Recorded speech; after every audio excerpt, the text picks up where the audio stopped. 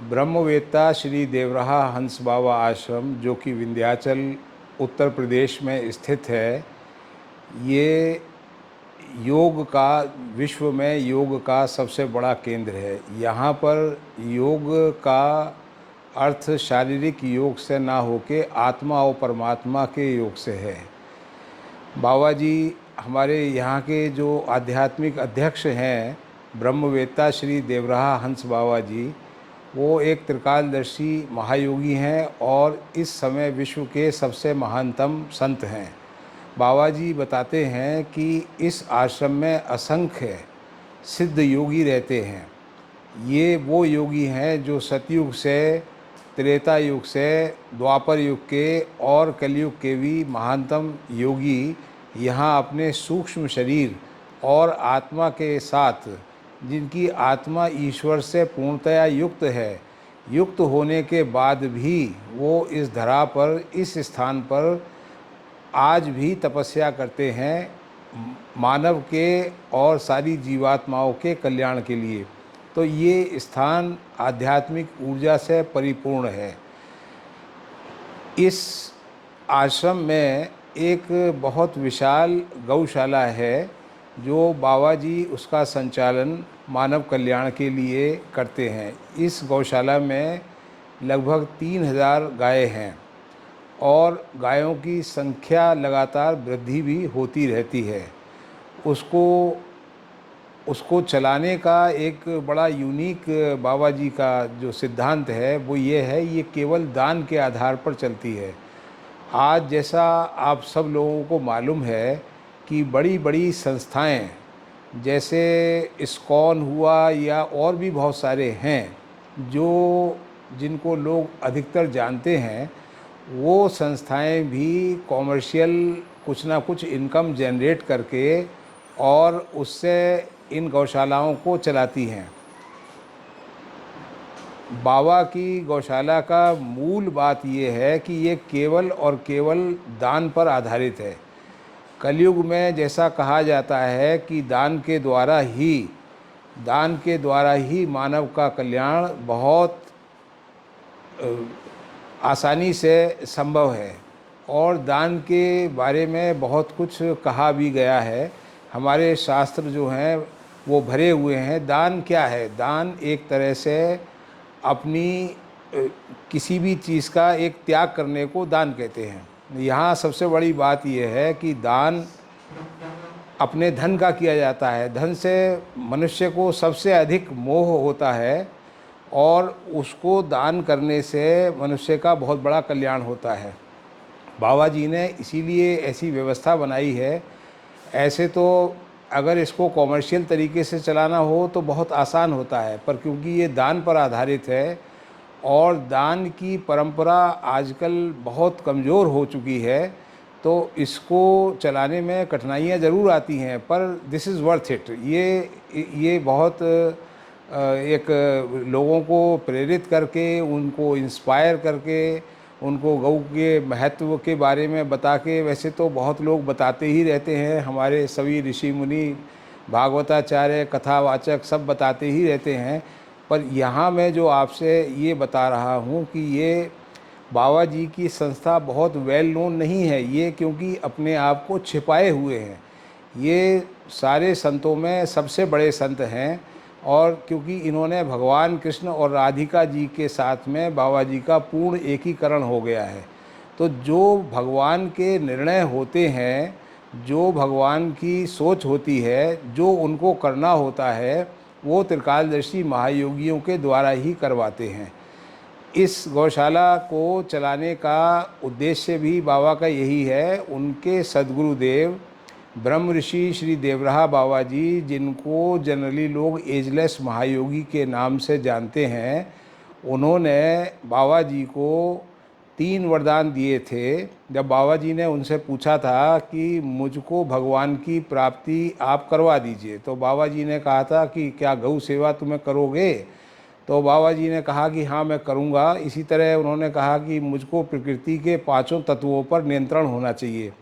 बाबा जी ने कहा कि उसके लिए गौ सेवा करो, तो वो भी बाबा जी ने स्वीकार किया। फिर तीसरा उन्होंने बताया कि बगैर पोथी पढ़े हुए, यानी बगैर स्क्रिप्चर्स को, वेद पुराण को पढ़े हुए आत्मज्ञान हो जाए। सबके अंदर आत्मज्ञान होता है, पर वो आत्मज्ञान साधना से ही प्रकट होता है या महापुरुषों के आशीर्वाद से प्रकट होता है। ब्रह्म ऋषि श्री देवराहा बाबा जी ने बाबा जी को, हमारे देवराहा हंस बाबा जी को अपनी विंध्याचल गौशाला में गौ सेवा करने के लिए भेजा। 1955 से बाबा जी इस गौशाला में निरंतर सतत गौ सेवा करते चले आ रहे हैं। बहुत कठिनाइयों के बावजूद उन्होंने अपने प्रिंसिपल्स को कभी चेंज नहीं करा। उनके बहुत सारे शिष्य हैं जो कहते हैं कि बाबा जी इसमें कोई सोर्स ऑफ इनकम हो जाए, कोई कॉमर्शियल सोर्स ऑफ इनकम हो जाए जिससे आसानी रहे। बाबा जी ने उसको कभी स्वीकार नहीं करा और स्वीकार करने योग्य बात भी नहीं है। दान के लिए लोगों को प्रेरित करना हम लोगों का कर्तव्य है। उसी कर्तव्य को करते हुए हम सारे धनी और प्रतिष्ठित लोगों को और सभी लोगों को ये बात कहते हैं, धनी और प्रतिष्ठित लोगों को गाय की सेवा करने का विधान हमारे शास्त्रों में है। एक बार यक्ष और युधिष्ठिर के बीच में जो संवाद हुआ, जिसको पॉपुलरली यक्ष प्रश्न कहते हैं, तो यक्ष ने युधिष्ठिर से ये पूछा कि धनवान और प्रतिष्ठित लोगों को क्या करना चाहिए। तो उन्होंने युधिष्ठिर ने जवाब दिया कि धनवान और प्रतिष्ठित लोगों को केवल गौ सेवा करनी चाहिए, क्योंकि उन्हें ये मालूम था, जवाब उनका सही था और उनके सारे जवाब सही होने से सारे पांडवों की जान बच गई। ये वृतांत महाभारत में आता है। ये इसलिए है क्योंकि धनवान लोग बहुत सा नकली धन कमाते हैं। वो नकली धन इसलिए कहते हैं उसको कि ये जो धन है, रुपया, डॉलर, पैसा, सोना, चांदी वगैरह वगैरह, ये सब नकली इसलिए कहते हैं इसको क्योंकि ये सब यहीं रह जाता है, ये आपके साथ में जाता नहीं। इसका स्वामित्व का अधिकार परिवर्तित हो जाता है आपके जाने के बाद, ये इसका स्वामित्व का अधिकार परिवर्तित। जबकि जो पुण्य आप जो धन का त्याग करके, धन का दान करके जो आप पुण्य कमाते हैं, उसको असली धन माना जाता है। तो जो धनी व्यक्ति हैं, जो प्रतिष्ठित व्यक्ति हैं, अगर उनको अपने आगे आने वाले जन्मों में और आगे आने वाले लोकों में या जहाँ भी वो रहें, उसमें अपना ये पूर्ववत स्टेटस बनाए रखना है, तो उनको धन का अत्यधिक दान करना चाहिए। जबकि वो दान, अब दान कहाँ करना चाहिए? दान तो कई तरह के होते हैं, राजसिक और तामसिक। मैंने ये देखा है कि धनी लोग जो होते हैं वो राजसिक और तामसिक दानों में अपना बहुत अधिक धन उसमें लगाते हैं। जैसे कि किसी को स्कॉलरशिप दे देना, कोई ओल्ड एज होम बना देना, ये सब चीज़ें अच्छी हैं, मानव सेवा एक ठीक है, पर गौ सेवा सर्वश्रेष्ठ है, क्योंकि गौ सेवा के द्वारा ईश्वर की प्राप्ति हो सकती है, जैसे कि हमारे बाबा जी को यहाँ पर हुई। अगर देवराहा बाबा चाहते तो ये सारे काम तो वो कर सकते थे, पर उन्होंने गौ सेवा को ही हमेशा सर्वश्रेष्ठ माना है, सबसे श्रेष्ठ माना है, क्योंकि गौ सेवा करने से चारों पुरुषार्थों की, जीवन के चारों पुरुषार्थों की, धर्म, अर्थ, काम और मोक्ष की प्राप्ति होना बहुत सहज है। बाबा जी ने देवराहा बाबा के आदेश को माना और इन्होंने भगवान कृष्ण के साथ में बाबा जी का एकीकरण हो गया। भगवान कृष्ण और राधिका जी के साथ में बाबा जी का एकीकरण हो गया, इसीलिए उनको महायोगी कह के बुलाया जाता है। दूसरी बात यह है कि ब्रह्म को जानते हैं, इस ब्रह्मांड के सारे सीक्रेट्स को वो जानते हैं, जो कि विज्ञान के द्वारा नहीं जाने जा सकते, तो इसलिए वो त्रिकालदर्शी महायोगी हैं और भूतकाल, वर्तमान और भविष्य को पूरी तरह जानते हैं। उनकी बताई हुई सारी भविष्यवाणियाँ, बताई हुई सारी बातें हमेशा ही सत्य होती हैं। तो इसलिए हम लोग जो धनी और प्रतिष्ठित लोग हैं, उनको हम पत्र लिख के इसके बारे में बताते हैं। बाबा जी को अपने बारे में बताने का कोई भी रुचि नहीं है, वो अपने आप को छिपाए हुए हैं। पर ऐसा होता है कि छिपने छिपाने के बाद भी कुछ ना कुछ व्यक्ति ऐसे होते हैं कि उनको इनकी महानता का पता लग ही जाता है। अब जैसे क्योंकि हम लोग यहाँ साथ ही रहते हैं, 1994 से हम बाबा जी के साथ में दिल्ली में और अन्य प्लेसेस में नौकरी करने के बावजूद भी हमारा संपर्क और संबंध बराबर बाबा जी से बना रहता था। तो हम लोग सारी यहाँ की व्यवस्था को जानते हैं और जो बाबा जी कहते हैं और कहने के बाद जो होता है उसको सब कुछ जानते हैं।